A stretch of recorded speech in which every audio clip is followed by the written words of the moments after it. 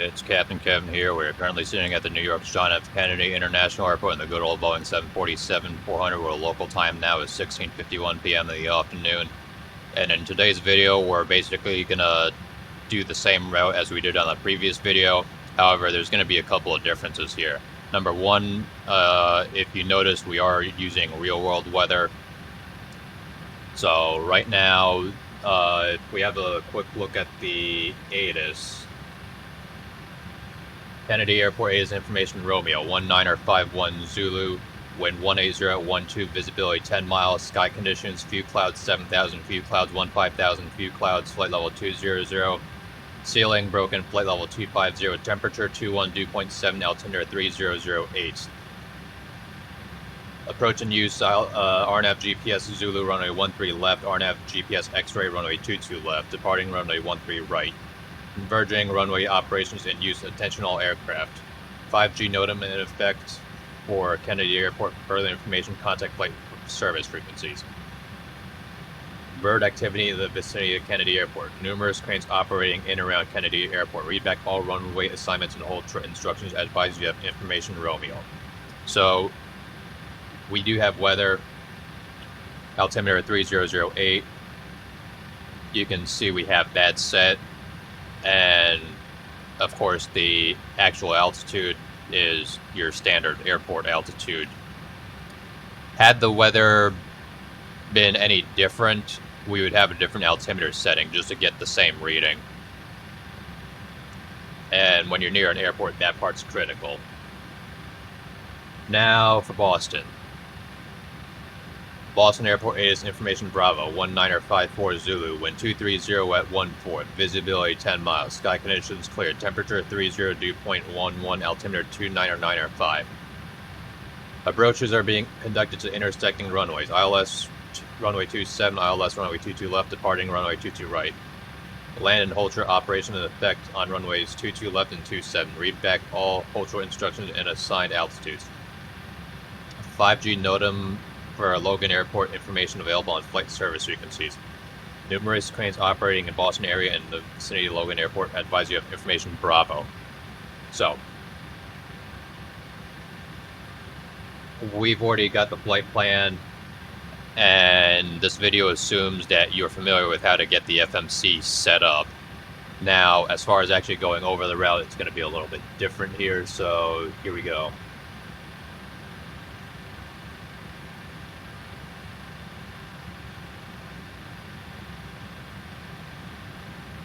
Let's go to the legs page, have a look here, go to plan mode.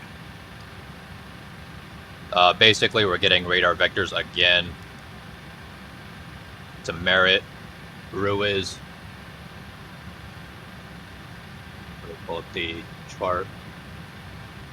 At flight level, between flight level 230 and 210, all in at or above 17,000.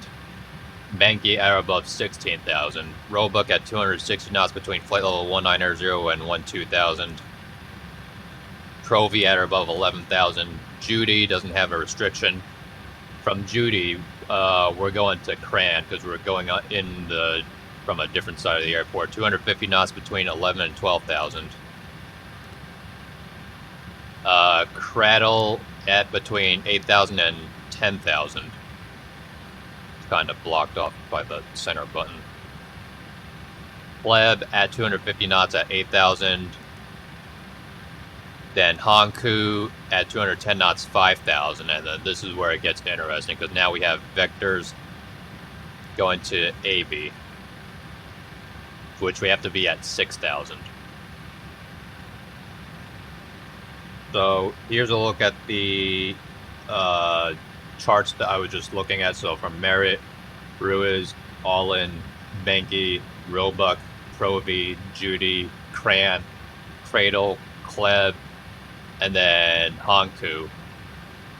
And then from there we get radar. We get radar vectors for runway 27, which is the runway we're going to be landing on. So then if we go for runway 27, you can see we have to be at AB at 6,000 at a max of 210 knots. which is going to be challenging to do if we're already at Hankou at 5,000. So, for the purpose of this flight, what I'm going to do is I'm going to take Clane, which we have to cross at or above 4,000. Drop it in the vectors. You wouldn't typically do this without air traffic control clearance, but because air traffic control would vector you, but in this case, we're going to do it for our purposes. So, Hankou, and it goes to Clane. Loner.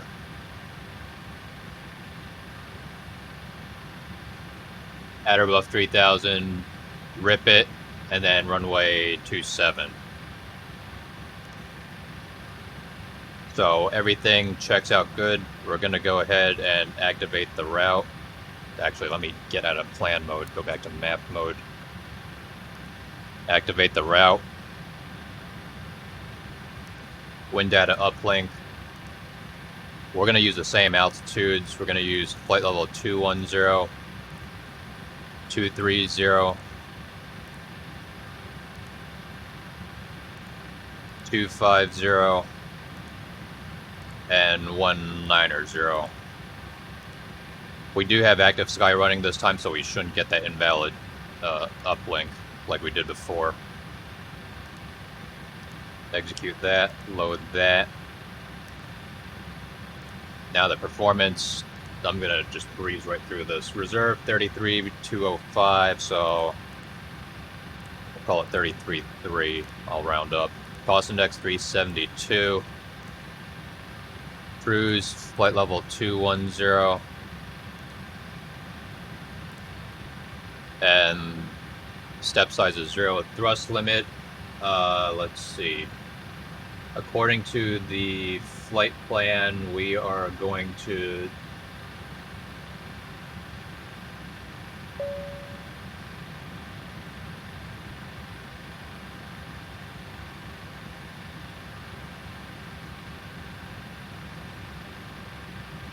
that looks a little bit better. We're going to do a D rate of 43. I'll do climb thrust, flaps 20 takeoff. V1 121, VR 134 versus 128. I'll go with the higher one, which is 134. V2 145 and 145, so, and then enter in the CG. Trim is going to be 4.2. Alright, so we've got the pre-flight done. Let's go ahead and do the briefing. If I could get the charts for the correct airport.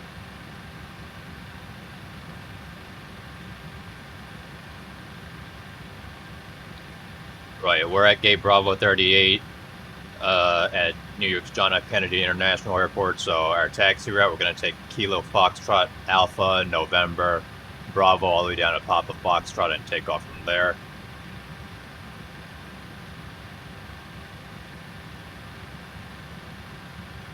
We're going to be flying the Kennedy 5 departure, and because we're taking off from runway 13 right, the controller is going to give us a heading to fly at. So in this case, for today's flight, we'll assume the controller gave us a heading of 110. Depending on which way your flight's going, I've seen 110, 155, 170, 185 off of that runway, so it's really up to the controller's discretion. And then initial altitude's 5,000.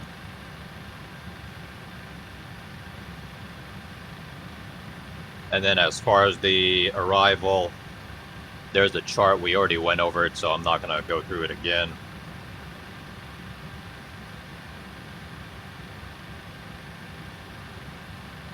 ILS runway 27, the frequency 111.3, identifier India Delta Golf Uniform, final approach course 272. The airport elevation is 19 feet, touchdown zone elevation 17 feet. MSA 2,000 feet. In the event of a misapproach, we'll climb the 3,000. Outbound on the Boston VOR 268 radial to Bosox, and then hold unless otherwise direct by ATC. We got Pappy lights on the left side, and decision altitude 460 feet, decision height 443. So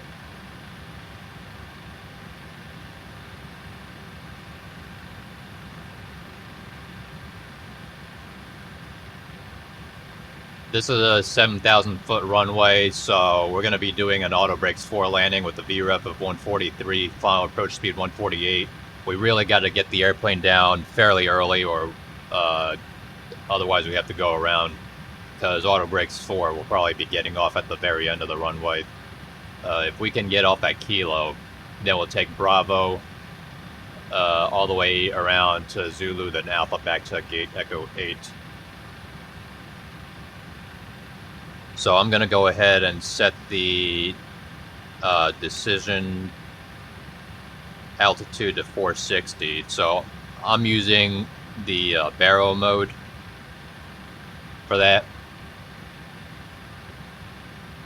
So then, of course, I want to be stable by 1,000 feet and have the checklist completed before then. As far as our departure, we're going 110 heading.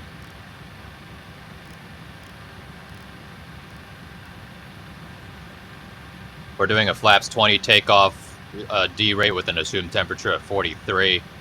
V1 is going to be 121, VR 134, V2 145.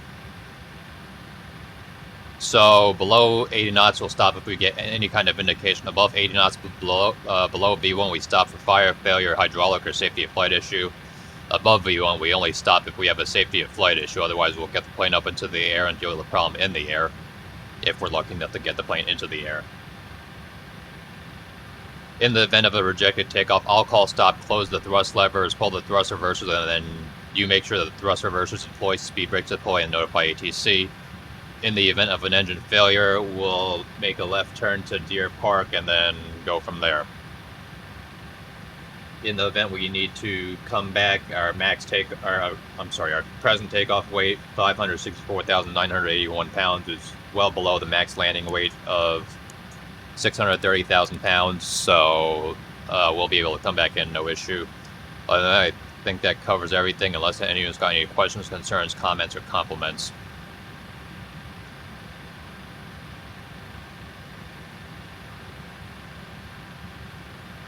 All right. Let's get this flight going. Get the APU started.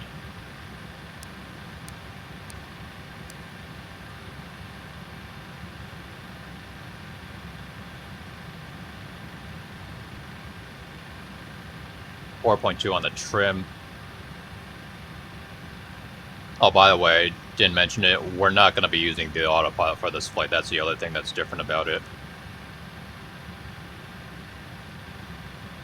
I'm going to show you how to hand fly this thing.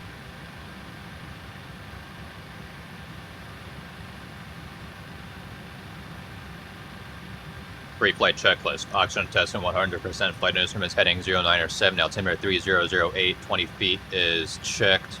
Parking brakes are set. Fuel control switch is cut off. Fuel quantity 64,264 pounds is planned. 65,000 on board. Pre-flight checklist is completed.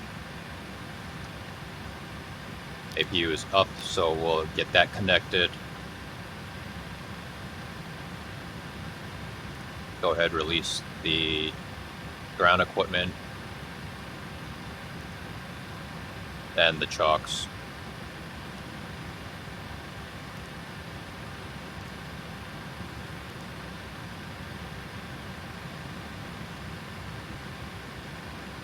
And we'll go ahead and call for the push.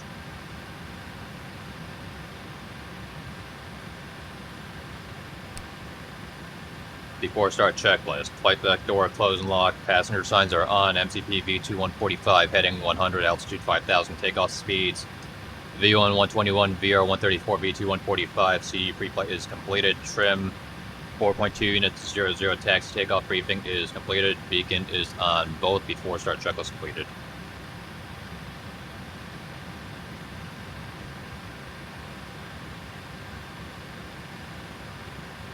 Hello, Captain. We are ready for pushback.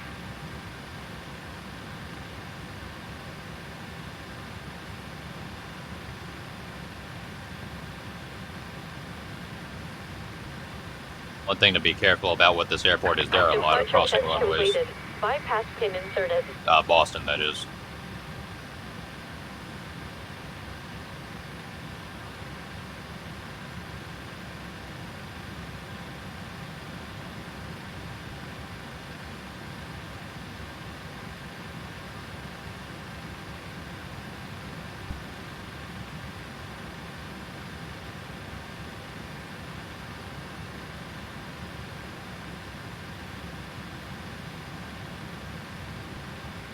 Locking gear.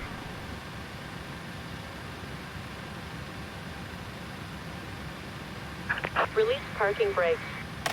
It's released. Commencing push. All engines clear. Start at will. Start engines 3 and 4.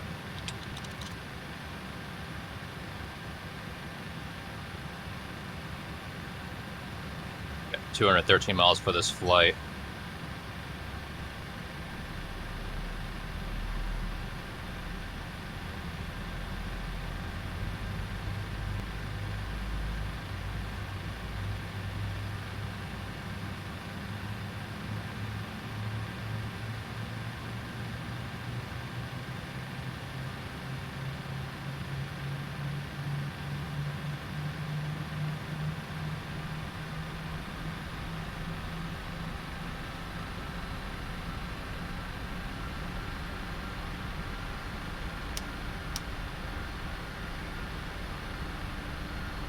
Start engines 1 and 2 now.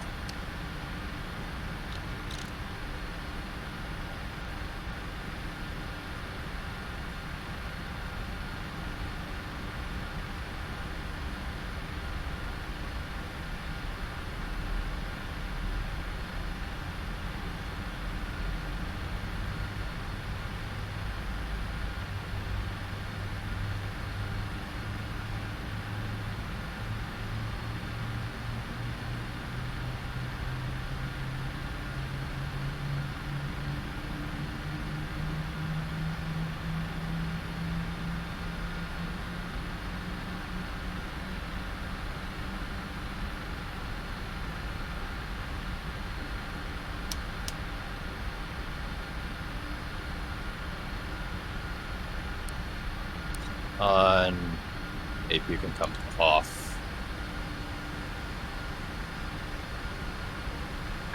Set parking brake. Parking brake is set, flaps 20. Waiting your confirmation for a good engine start. Confirm good engine start, please. Flight deck to ground, we have good engine start. You are clear to disconnect. Unlocking gear.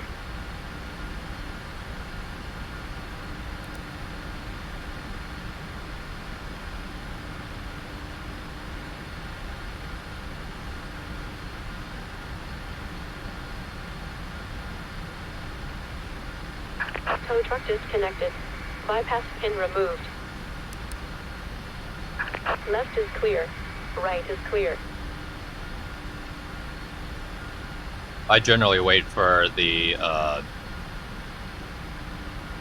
confirmation that the bypass pin has been removed before I put the hydraulics 4 on, because otherwise you run the risk that if you turn it on and the nose gear does something unexpected, you could injure somebody. All right, let's do a flight control check. Right rudder, neutral. Left rudder, neutral. Pull down, neutral. Pull up, neutral. Pull right, neutral. Pull left, neutral. Board taxi checklist. Anti-ice not required. Recall items I did not check. I did now. Recall items are checked. Auto brakes, RTO, flight controls are checked. Ground equipment is clear before taxi checklist is completed.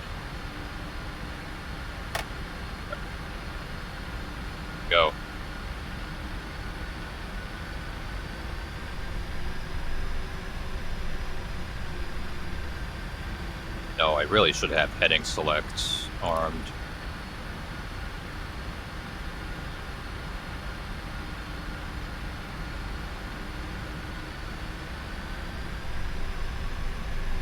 That might have not been the best thing to do.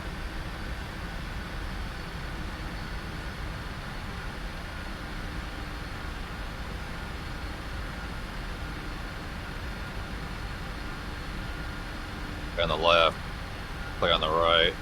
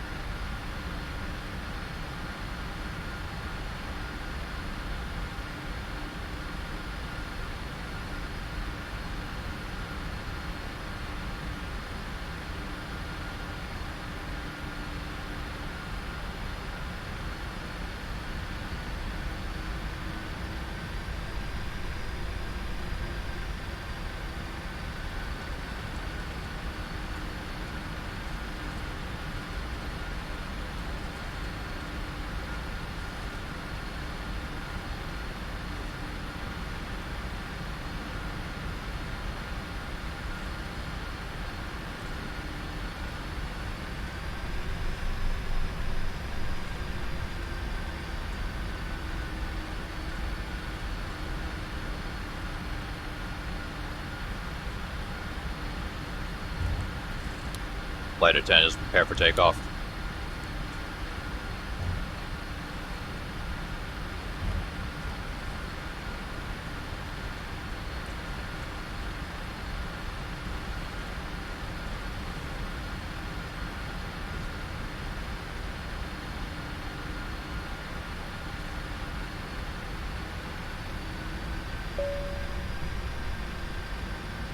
Archer.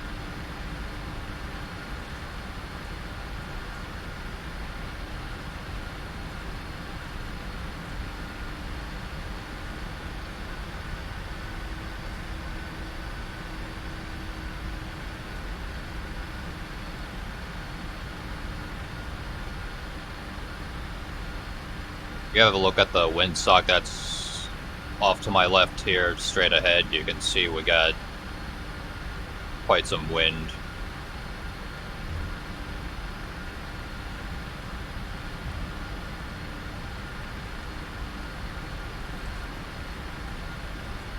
(180 at 12).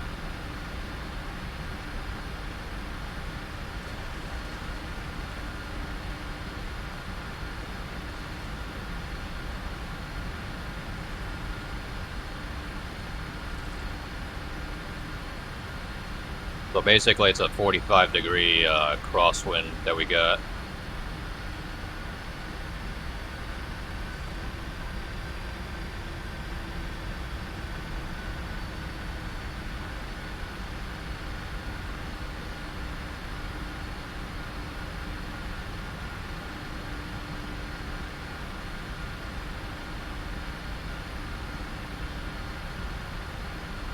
Alright, you're gonna notice that the altimeter just or the altitude just went up.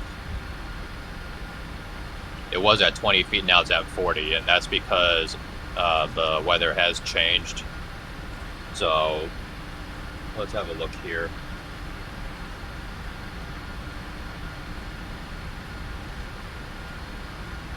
So the ATIS is now in Information Sierra, which was put out at 2051 Zulu, wind 180 at 11, visibility 10 miles, sky conditions, few clouds, 7,000, few clouds, 5,000, scattered, flight level 200, ceiling, broken, flight level 250, temperature 212.9, altimeter 3006. So now we got it at 3006, and now it's back to where it should be as far as the airport altimeter. As for Boston, 2054 Zulu, wind 240 at 13. Visibility 10 miles, sky conditions clear, temperature 302.11, altimeter 299.3.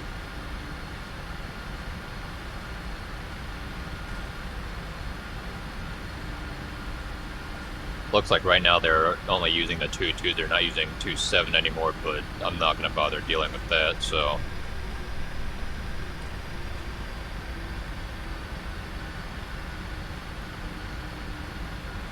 In this video, you'll be able to see what this airplane can actually do.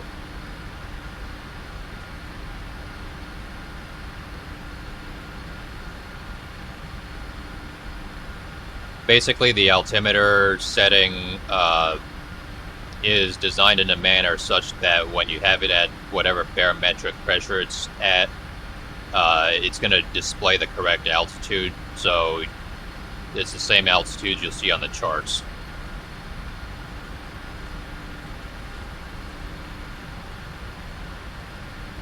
That's why if I went to like 29 or 9 or 2, which is standard, you can see we're in the negatives. So this is actually critical. At the flight levels, not really so much. Well, that wasn't really the best way to put it. If you put the altimeter at standard, then everybody's following the same standard. So even with the pressure changes and everyone, you know, obviously they're not going to be at like exactly 21,000 feet, but with the pressure changes and everybody being on the same standard, the separation will still be the same. Because otherwise you'd be changing the altimeter all the time, and that would get ridiculous.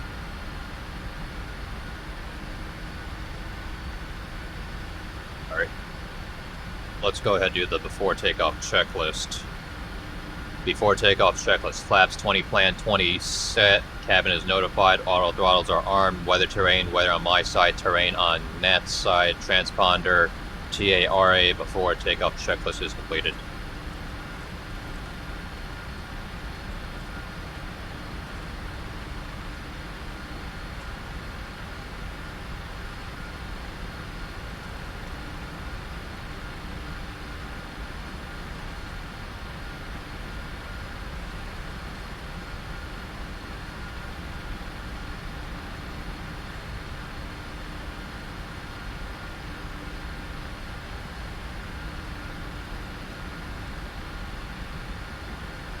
Go ahead, turn the lights on.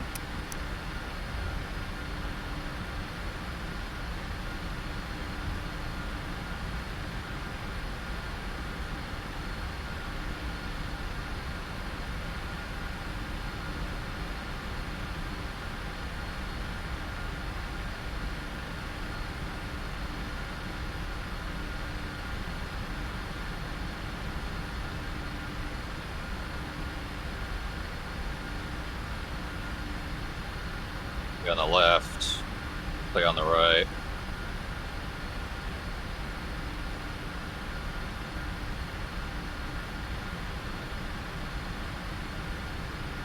Alright, I'm gonna do this without stopping. So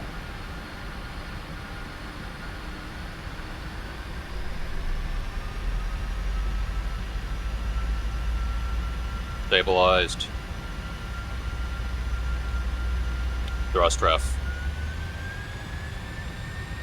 Airspeed alive. Thrust set. 80 knots. Checked.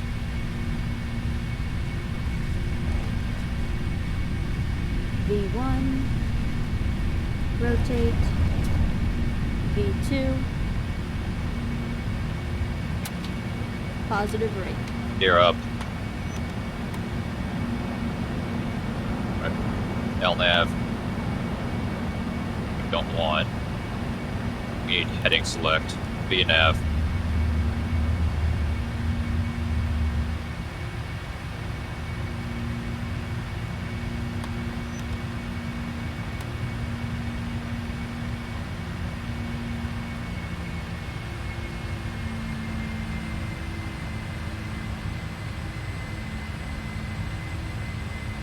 Make sure I don't drop below the flaps 10 mark. Alright, flaps 10, speed check, flaps 10.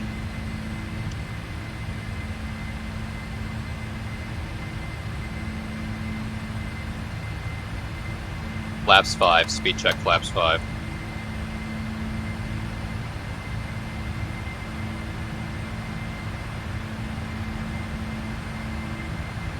Flaps 1, speed check, flaps 1.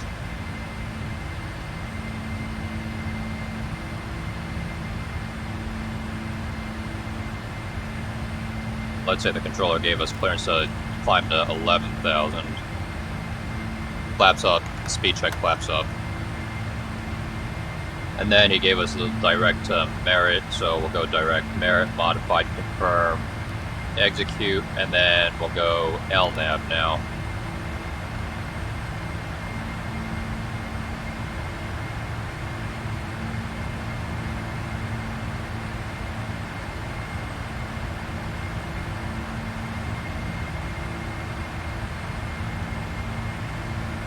I'm gonna wait till after I complete the turn before I do the after takeoff checklist, just so I'm not trying to fiddle around too much with a whole bunch of stuff.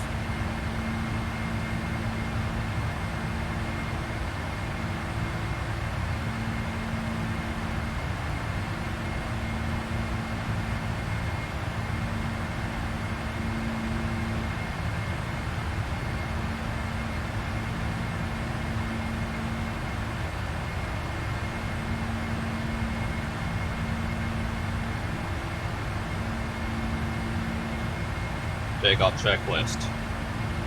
Landing gear is up and off, flaps are up after takeoff checklist completed. Right. I need to set the heading, and let's say the controller cleared us to 17,000 now. I'm a little bit off here.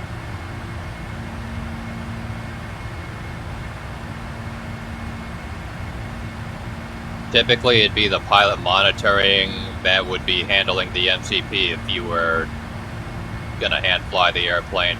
But obviously, I don't have a pilot monitoring physically near me. So I have to do everything on my own. So you really do have to be careful when you're flying the airplane by hand, by yourself in the simulator.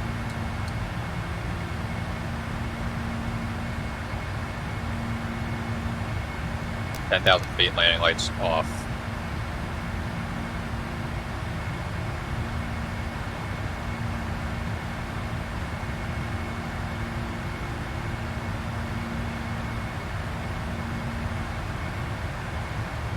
Basically, the idea is to follow the flight director.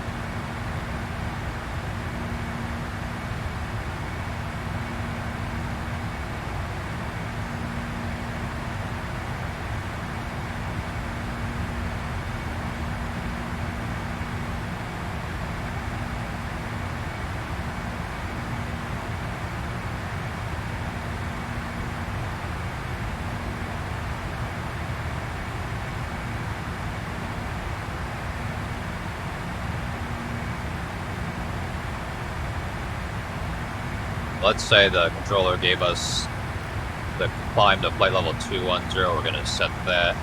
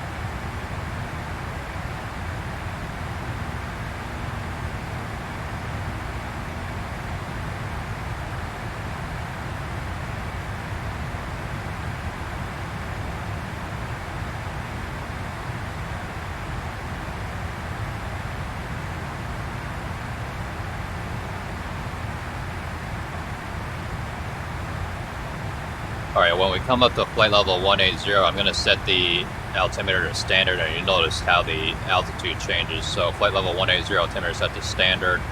You'll see it went down because now we were actually at a different altimeter setting on the departure compared to standard.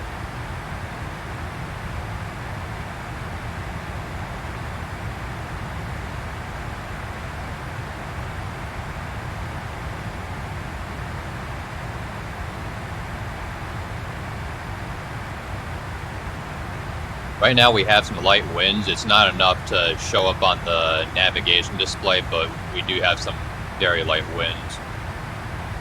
And you can tell by looking at the ground speed versus true air speed. Looking at the flight plan, the average one ago, the average wind component is the tailwind of 2 knots, so it's nothing too crazy.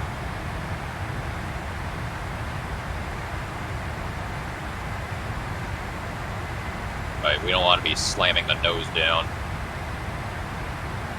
So we have to smoothly level off.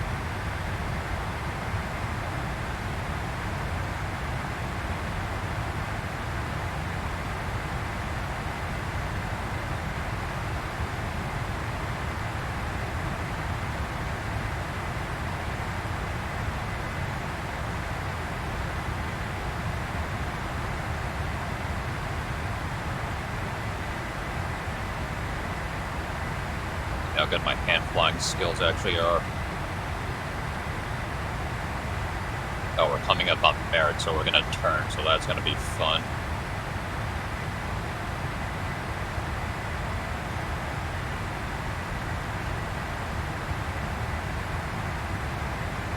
But you want to be careful and make sure you don't deviate too far off your assigned altitude.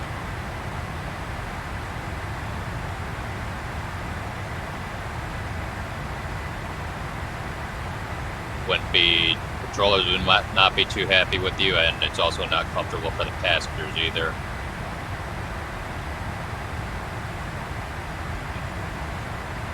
So far I seem to be maintaining it just fine up until I have to make this turn, and then all bets are off at that point.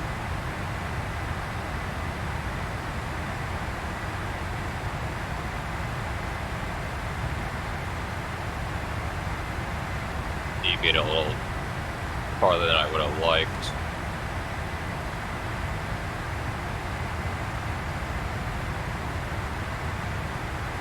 Still within 100 feet, so I think we're good. I'm gonna go bust 100 feet.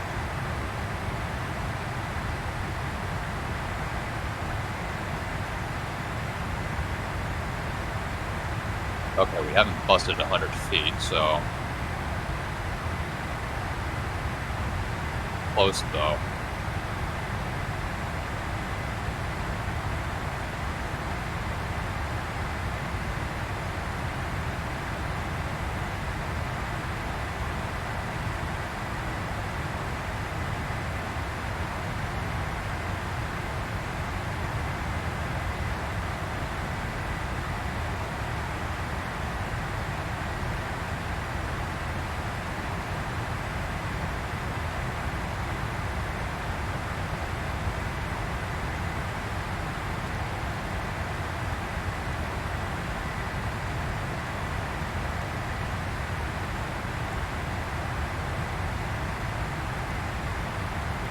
speed is dialed in. And then the altimeter 299er3. Oh, I just went 100 feet below.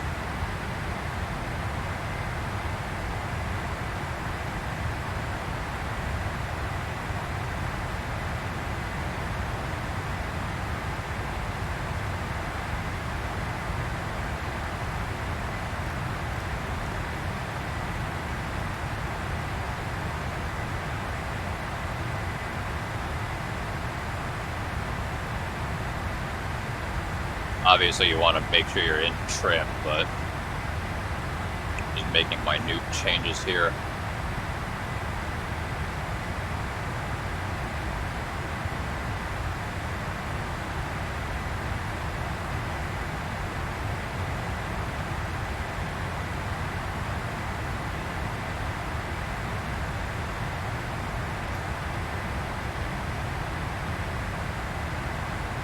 Sent checklist.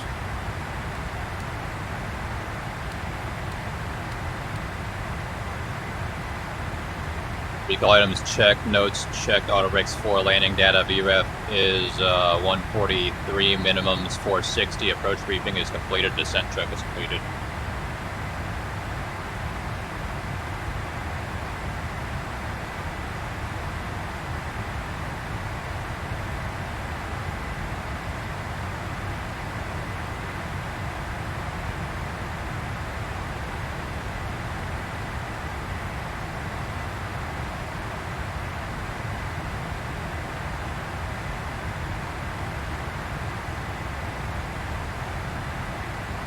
I'd say there's nothing wrong with hand flying the airplane, but you got to make sure you're proficient with the airplane first and how the systems work before I recommend doing it.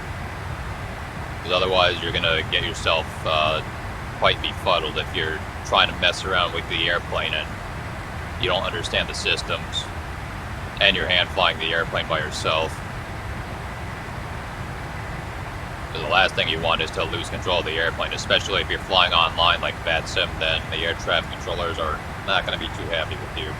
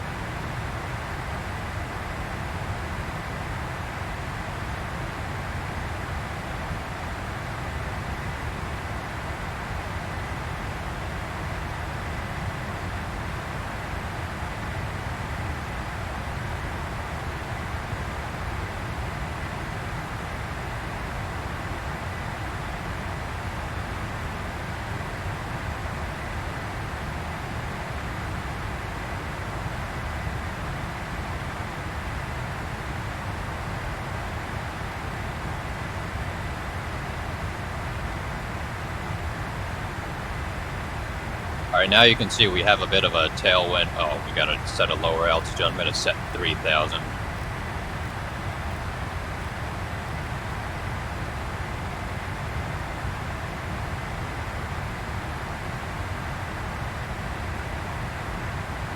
Knew I was forgetting something.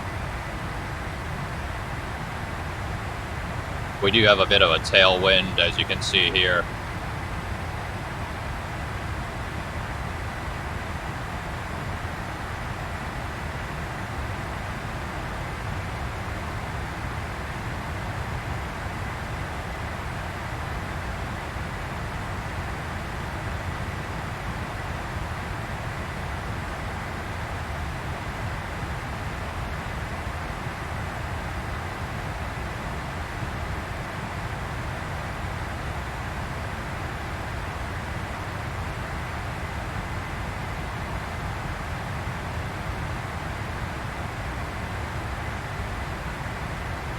We are coming up on the top of descent, so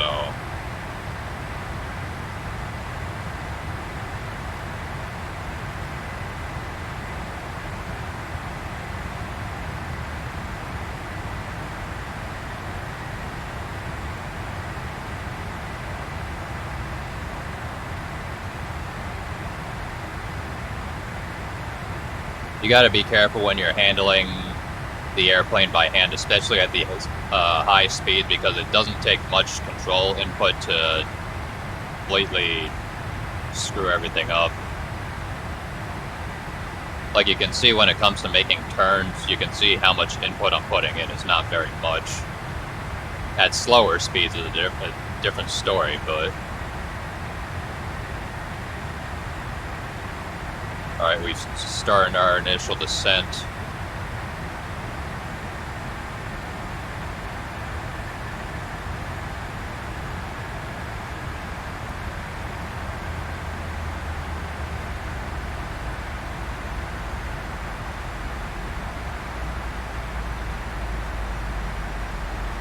And you'll notice that, despite the fact we're following the magenta line, that white arrow at the top is not exactly on top of it.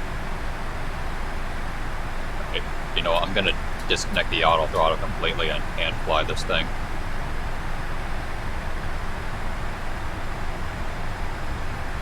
Well, I've been hand flying the whole time, but rather what I meant was control the thrust on my own.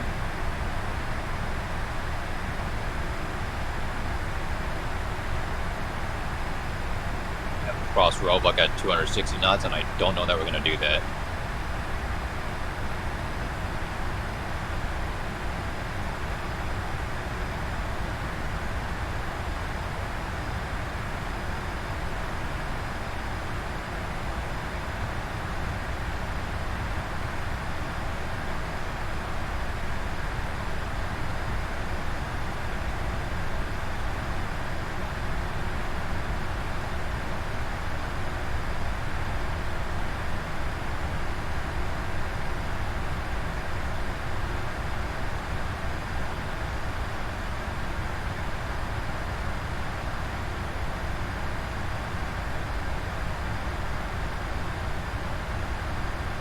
Might be good, actually.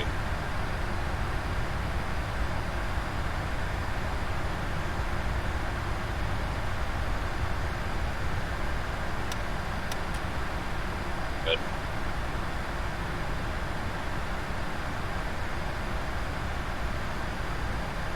Now we're back on our descent path.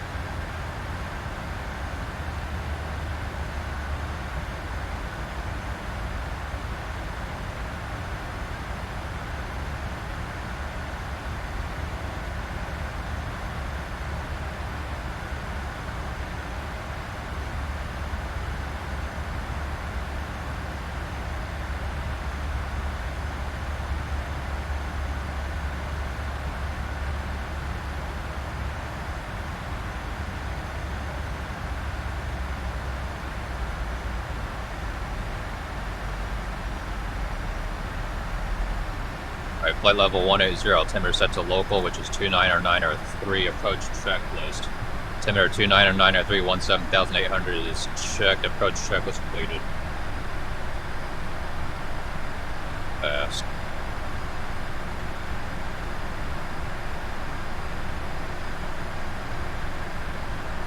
After I make this turn, I'll notify flight attendants.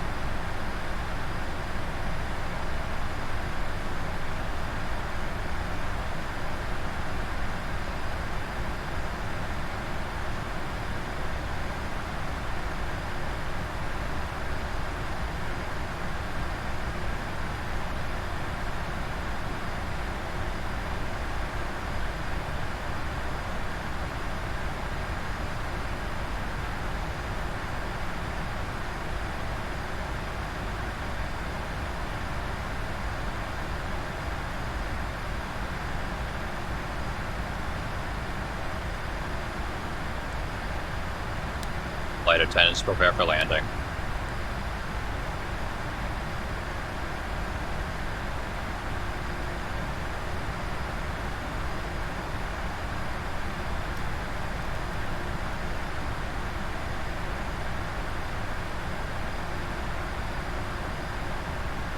Yeah, this white arrow at the top here is basically where the nose of the airplane's actually pointing. So with the weather, you'll see that we're not going in a straight line. The airplane's kind of pointed a little bit to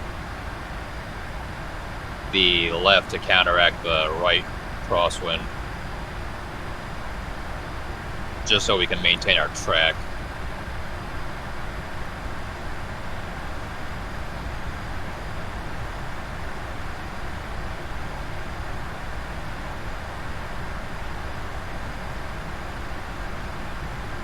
We have a restriction of 250 knots at Cran.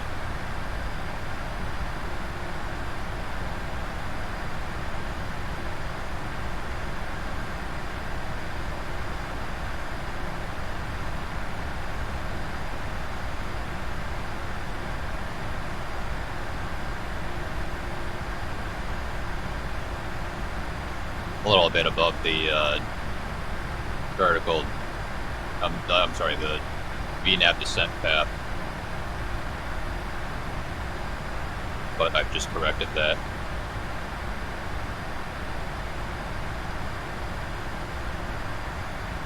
I also have to be at 250, which I think is not going to happen unless I actually slow the airplane down, so I'm going to do that.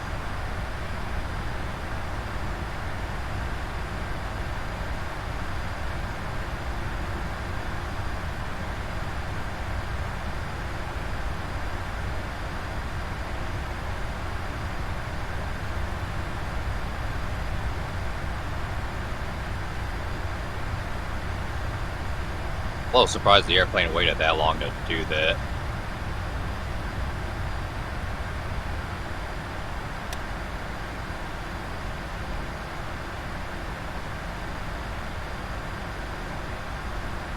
Do it right, do it yourself, I guess.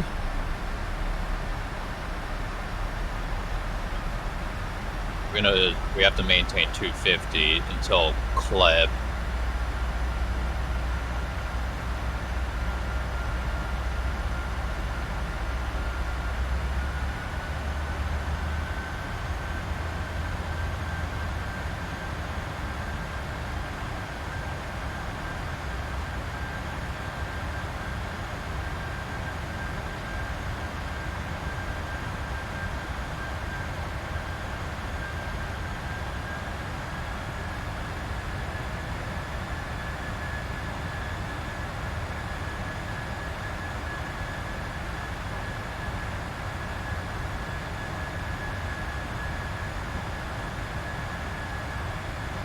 See, now we have even more of a crosswind than we did before if you look at the navigation display.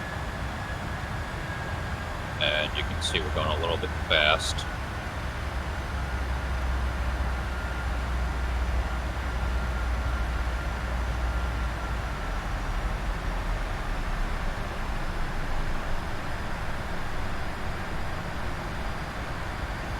So now you can see that white arrow at the top of the nav display is way off center, like quite a bit.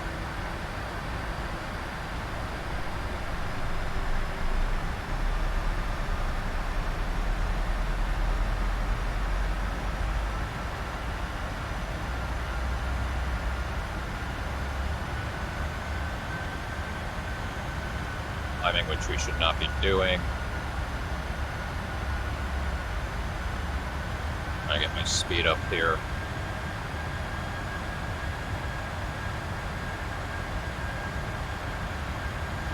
This is what I get for deciding to disconnect the auto throttle.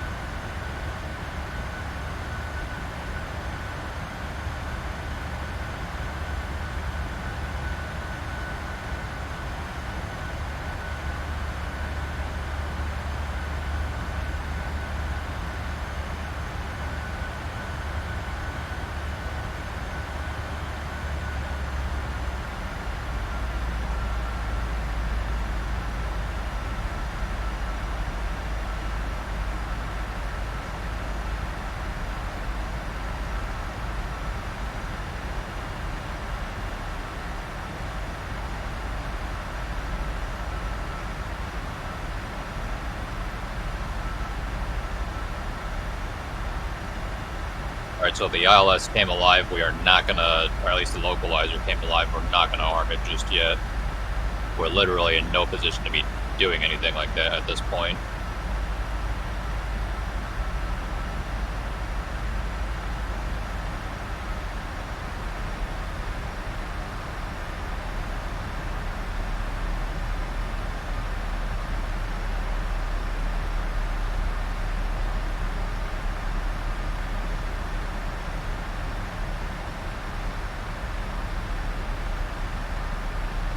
Ten 10,000 feet landing lights come on.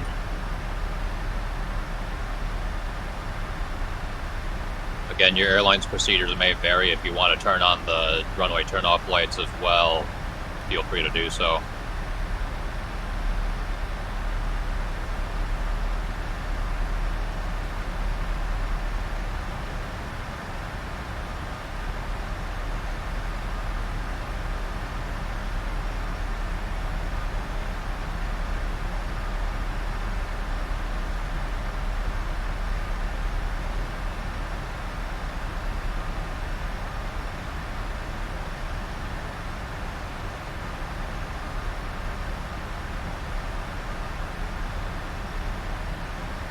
Now, looking at the time, the odds that the ATIS is going to update again, because the ATIS updates once every hour, but by the time we get there, like the ATIS is not going to be updated in time by the time we get there, and even then, we're close enough to the airport that hopefully there wouldn't be like a drastic shift in weather. But even then, I think we would just not, like, we'd probably just ignore it. But with the two pilot crew, you'd easily be, the other pilot would be able to easily get the ATIS, especially nowadays, it being sent through ACARS or whatever. But I don't have that luxury, so.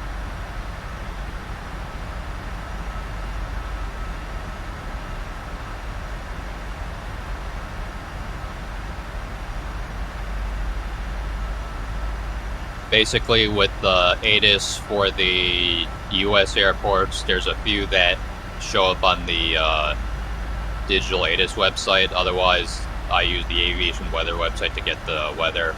Fortunately, they would not be updated in time for me to use any information prior to my landing, so. Right, we have to be at Hankou at 5,000 feet, 210 knots.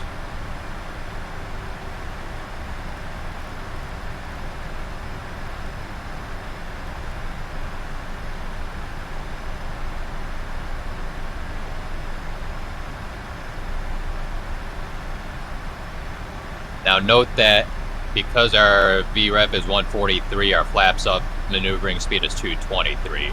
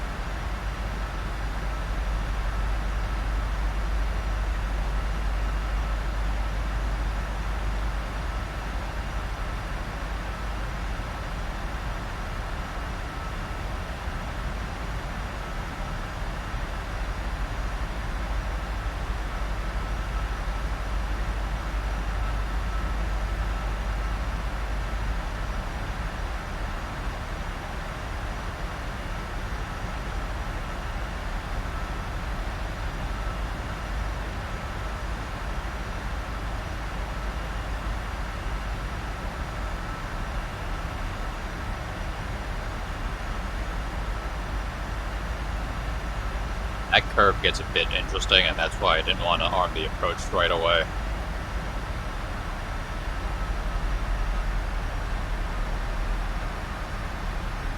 Alright, you can see now it's wanting 223 knots, even though we have a 210 speed restriction. And that's because 223 is the flaps up maneuvering speed. The airplane will not go slower than that. Unless you're hand flying like I am and then just blow right through it anyway, but we're going to avoid that, and I'm going to go flaps 1. So now it'll let me slow to 210.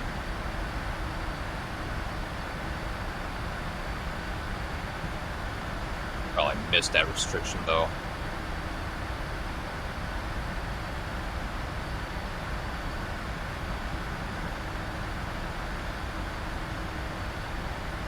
We're at 5, so we gotta level off here. Close enough. Now at this point, air traffic control would give us vectors, but we don't have air traffic control, so I'm gonna vector myself. And I'm also going to ignore the turn that the flight director is giving me. Instead, what I'm gonna do is I'm gonna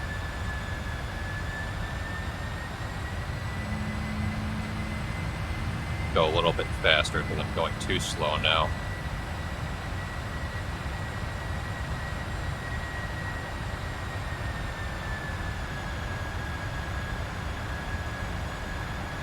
Right, I'm gonna go ahead arm the localizer at this point.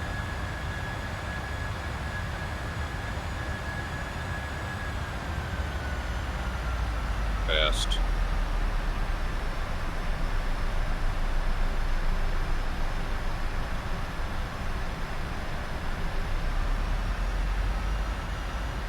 Right, I'll arm the entire approach.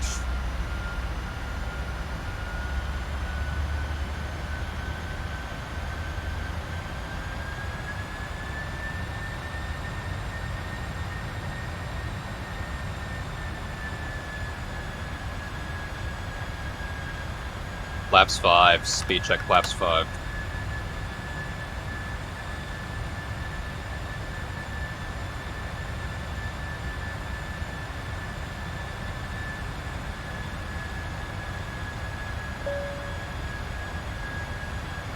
He's ready for arrival. Alright, localizer and glide slope are now captured. We're 17 miles away, so we've still got quite a ways to go. I'm not going to slow down too early.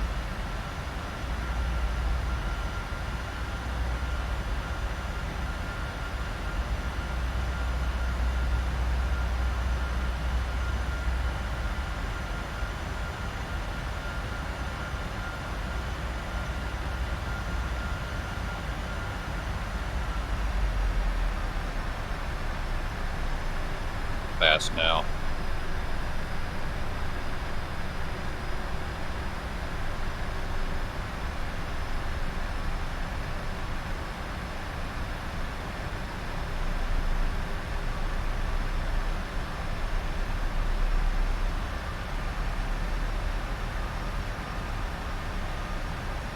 Miles out. I think that's the runway out there. And hard to see it. Alright, let's slow to 180. Now okay, we're already way above the flaps 5 maneuvering speed, so we're also going way too fast, so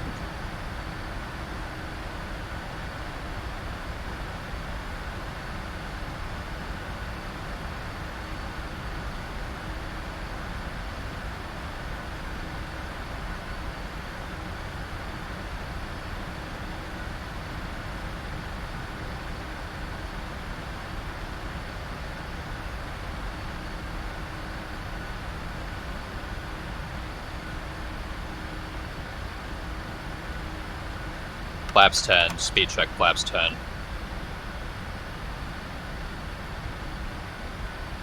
Go to 170.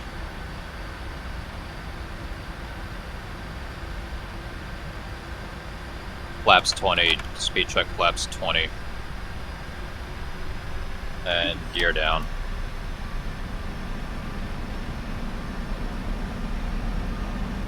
Use the runway.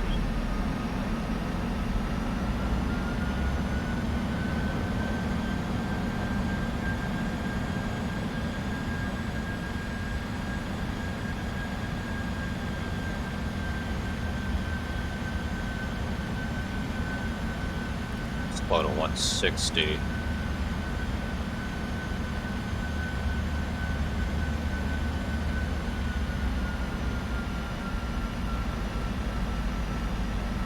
Flaps 25. Speed check flaps 25.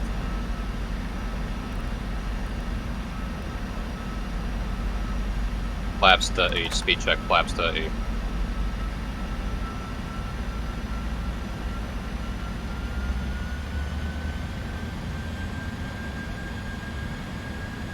Landing checklist.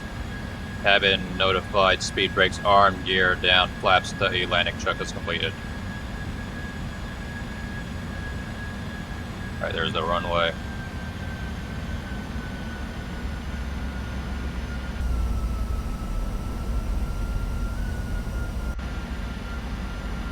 Go up properly.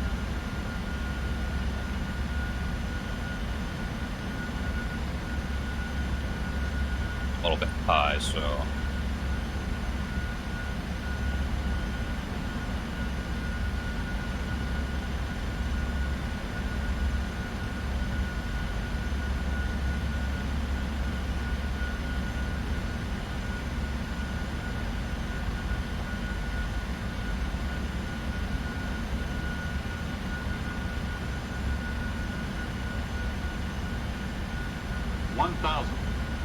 Thousand feet stable, misapproach altitude 3000 is set.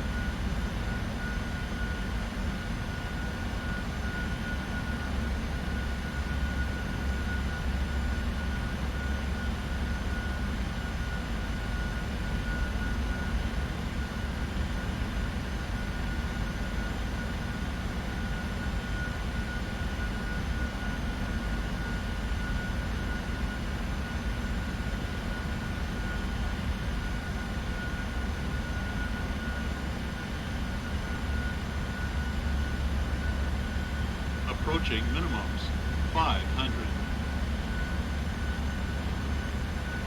Minimums. Continue.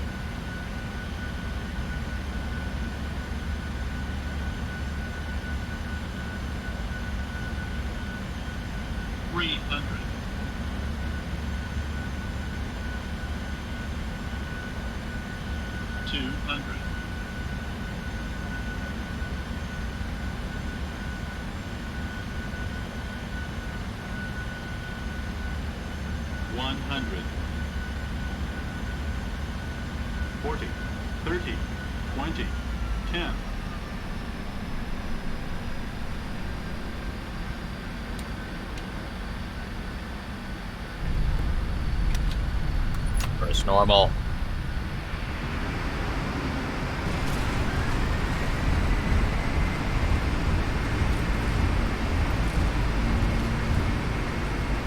And your brakes.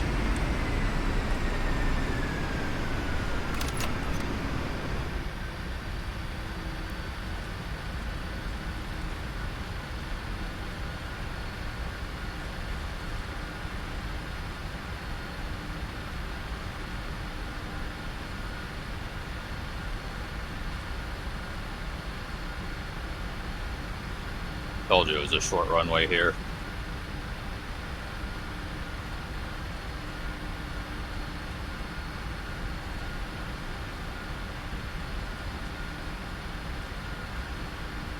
And then unless you get clearance across the runway, don't do it.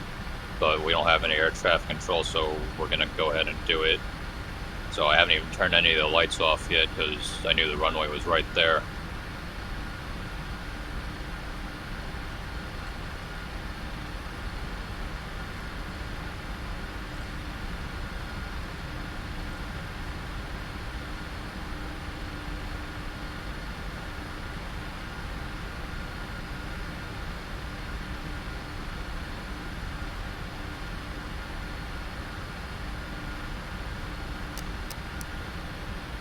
Now start cleaning the airplane up.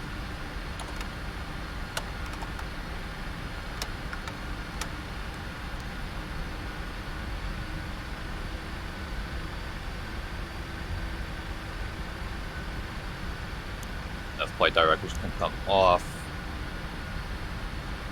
Weather radar is off.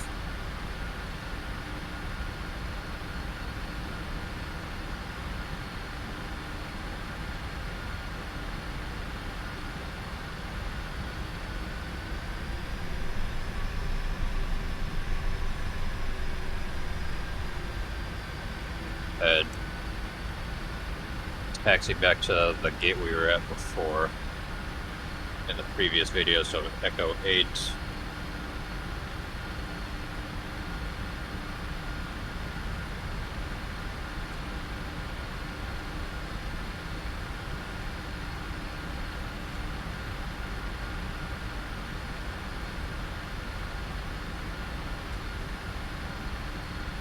And of course, the altimeter has changed since we got here. So right now the altimeter is 29990.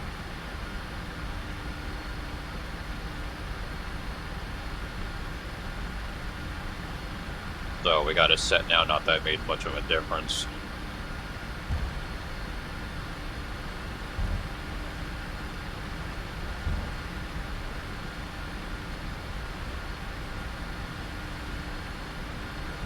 The ATIS had to come out right as we were landing, so that's when the weather information got updated, and we didn't get it.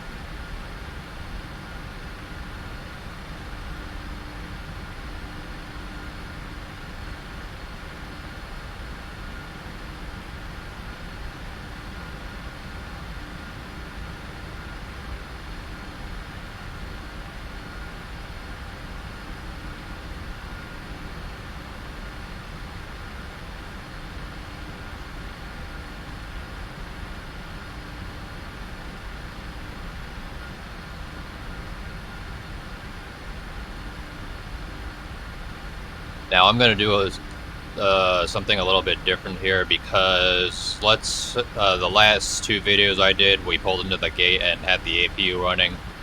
Well, let's say your APU wasn't actually working. Then what do you do?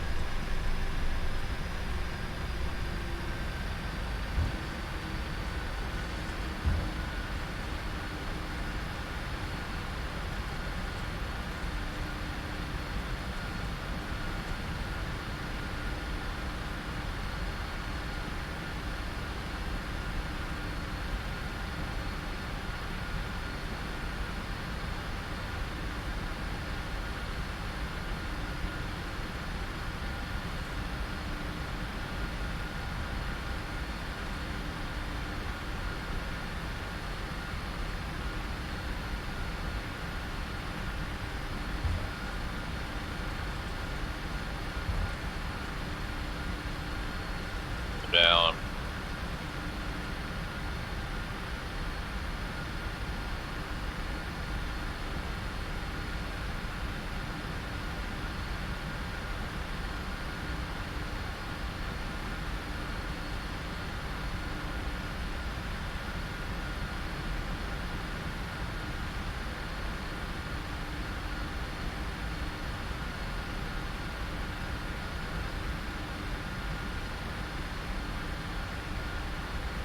So again, we don't have the APU running because I'm kind of showing you what you would do in the event you had an inoperative APU.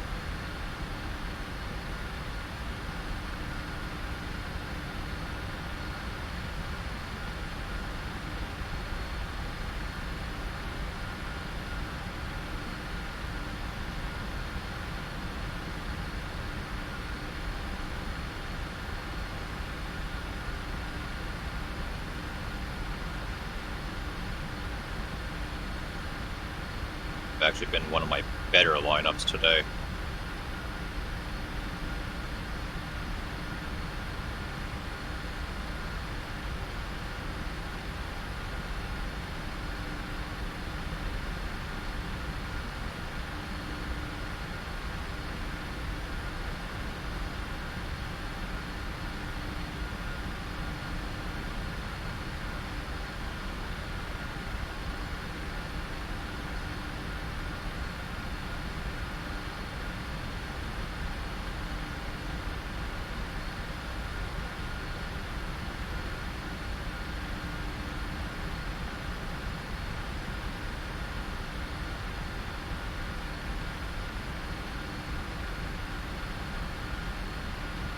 I can't see the sign, so I guess that's gonna have to be good enough.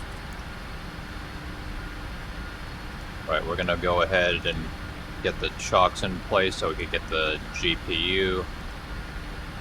We would not shut the engines down yet till we were able to get power hooked up. Alright, now that the GPU is hooked up, we could shut the engines down.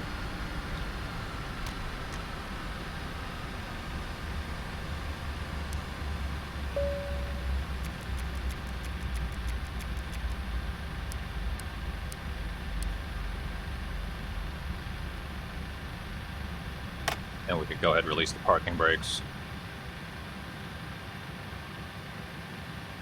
Wait for the N2 to drop, we'll shut the beacon off.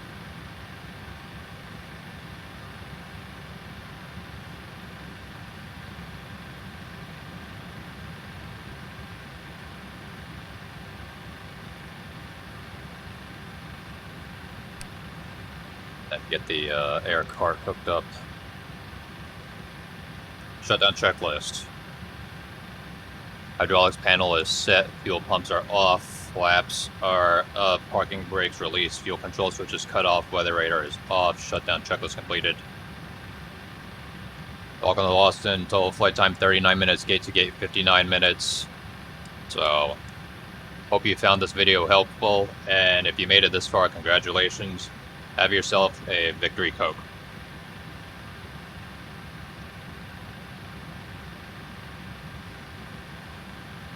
And if you don't drink Coke or soda, it could be water, orange juice, or something else.